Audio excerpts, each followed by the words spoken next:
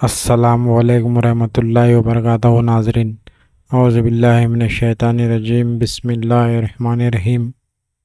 آج ہم بات کریں گے علاء الدین احمد صابر رحمۃ اللہ علیہ کے بارے میں۔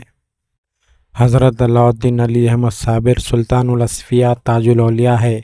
خاندانی حالت: والد ماجد کی طرف سے آپ سید ہے اور غوث اعظم رضی اللہ تعالیٰ عنہ کی اولاد میں سے ہے۔ والدہ ماجدہ کی طرف سے آپ کا سلسلہ نسب امیر المومنین حضرت عمر بن خطاب رضی اللہ تعالیٰ عنہ پر منتہی ہوتا ہے۔ آپ کے والد ماجد کا نام عبد الرحیم ہے، والدہ ماجدہ کا نام بی بی ہاجرہ ہے اور جمیلہ خاتون کے لقب سے مشہور ہے۔ آپ نے 19 ربیع الاول 592 ہجری کو رات میں اس عالم کو زینت بخشی۔ آپ کا نام علی احمد ہے۔ آپ کے خطابات مخدوم اور صابر ہے۔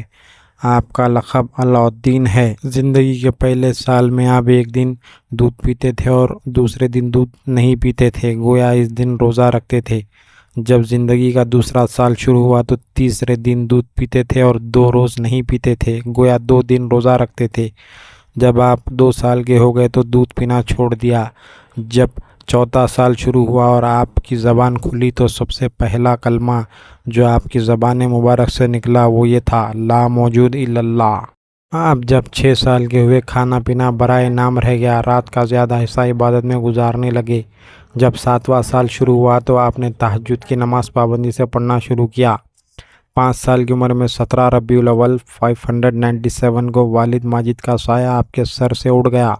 آپ کی ابتدائی تعلیم و تربیت اپنے والد کے سائے میں ہوئی۔ والد کے انتقال کے بعد آپ کی والدہ ماجدہ نے آپ کی تعلیم و تربیت پر کافی توجہ دی۔ عجودن میں آپ کی تعلیم و تربیت حضرت بابا فرید الدین رحمۃ اللہ علیہ کی نگرانی میں ہوئی۔ عربی فارسی کے علاوہ آپ نے فقہ، حدیث، تفسیر، منطق، معنی وغیرہ میں دستگاہ حاصل کی۔ آپ اپنی والدہ کے ساتھ عجودن آئے۔ آپ اپنے ماموں حضرت بابا فرید الدین رحمۃ اللہ علیہ کے پاس رہنے لگے۔ حضرت بابا صاحب رحمۃ اللہ علیہ نے لنگر تقسیم کرنے کی خدمت آپ کے سپرد فرمائی۔ آپ نے 12 سال کے عرصے میں کچھ نہیں کھایا۔ حضرت بابا صاحب کو جب یہ معلوم ہوا تو انہوں نے فرمایا علاء الدین احمد صابر ہے۔ اس روز سے آپ صابر کے خطاب سے مشہور ہوئے۔ آپ کی والدہ عجودن میں کچھ عرصہ قیام کر کے ہرات چلی گئی تھی۔ ہرات سے پھر عجودن واپس تشریف لائی۔ 2 محرم 614 ہجری کو انتقال فرمایا۔ حضرت بابا فرید الدین رحمۃ اللہ علیہ نے آپ کو بیعت سے مشرف فرمایا اور 14 ذی الحجہ 650 ہجری کو خرقہ خلافت عطا فرمایا۔ دہلی کی ولایت آپ کے سپرد فرمائی۔ دہلی جانے سے قبل ہانسی جا کر حضرت جمال الدین سے خلافت نامے پر مہر لگوائیں اور پھر دہلی چلے جائیں۔ ہانسی پہنچ کر آپ حضرت جمال الدین کی خانقاہ میں چنڈول پر سوار داخل ہوئے، خانقاہ میں چنڈول سے اترے۔ یہ بات جلال الدین ہانسوی رحمۃ اللہ علیہ کو ناگوار ہوئی۔ نماز کے بعد آپ نے اپنے پیر و مرشد کی عطا کی ہوئی شال نکالی اور حضرت جمال الدین ہانسوی سے اس پر مہر لگوانے کو کہا۔ حضرت جمال الدین ہانسوی رحمۃ اللہ علیہ نے چراغ منگایا اور خلافت نامے کو پڑھنا شروع کیا۔ ہوا تیز چل رہی تھی، چراغ یکایک گل ہو گیا۔ حضرت جمال الدین ہانسوی رحمۃ اللہ علیہ نے آپ سے کہا کہ چونکہ چراغ گل ہو گیا ہے لہٰذا آپ خلافت نامے پر کل دستخط کر دیے جائیں گے۔ آپ نے جب یہ سنا تو پھونک ماری اور چراغ روشن ہو گیا۔ حضرت جمال الدین ہانسوی رحمۃ اللہ علیہ کو یہ بات ناگوار ہوئی اور انہوں نے آپ سے کہا دہلی والے کب آپ کو برداشت کر سکیں گے؟ آپ تو ذرا سی دیر میں دہلی کو جلا کر خاک کر دیں گے۔ یہ کہہ کر حضرت جمال الدین ہانسوی رحمۃ اللہ علیہ نے آپ کا خلافت نامہ پھاڑ دیا، خلافت نامے پر مہر نہیں لگائی۔ آپ نے غصے کی حالت میں حضرت جمال الدین ہانسوی رحمۃ اللہ علیہ سے فرمایا چونکہ تم نے میری مثال کو چاک کر دیا ہے، میں نے تمہارے سلسلے کو مٹا دیا ہے۔ حضرت جمال الدین ہانسوی رحمۃ اللہ علیہ نے پوچھا شروع سے یا آخر سے؟ آپ نے جواب دیا روز ازل سے۔ آپ عجودن واپس آئے اور سارا ماجرا حضرت بابا صاحب کے گوشے گزار کیا۔ حضرت بابا صاحب نے فرمایا جمال کے پارا کیے ہوئے کو فرید نہیں سی سکتا۔ حضرت بابا صاحب رحمۃ اللہ علیہ نے آپ کو علیگڑھ کی ولایت سپرد فرمائی۔ آپ کی مثال پر آپ نے خود دستخط کیے اور اس مرتبہ آپ کو حضرت جمال الدین ہانسوی رحمۃ اللہ علیہ کے پاس جانے کی تاکید نہیں فرمائی۔ باحکم اپنے پیر و مرشد آپ علیگڑھ پہنچے۔ علیگڑھ اس زمانے میں ایک بڑا شہر تھا، اس کی آبادی بھی کافی تھی، علماء، فضلاء اور مشائخ کافی تعداد میں وہاں رہتے تھے۔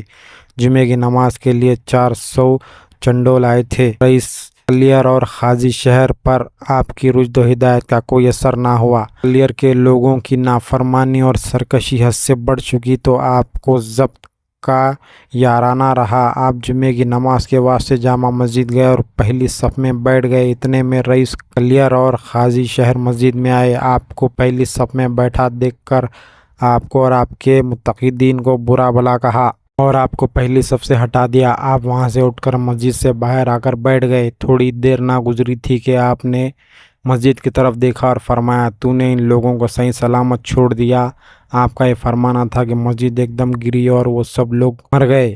یہ بھی کہا جاتا ہے کہ جب لوگ رکوع میں گئے تو آپ نے مسجد کو حکم دیا کہ وہ بھی سجدہ کرے۔ اس فرمان کے مطابق مسجد گری اور وہ سب لوگ مر گئے۔ آپ کی والدہ کے اسرار پر حضرت بابا فرید الدین رحمۃ اللہ علیہ نے اپنی لڑکی ختیجہ بیگم عرف شریفہ کا نکاح آپ سے کر دیا تھا۔ آپ اس زمانے میں حضرت بابا صاحب کے پاس عجودن میں تھے۔ آپ کی والدہ ماجدہ نے آپ کے حجرے میں روشنی کی اور دلہن کو حجرے میں لا کر بٹھا دیا۔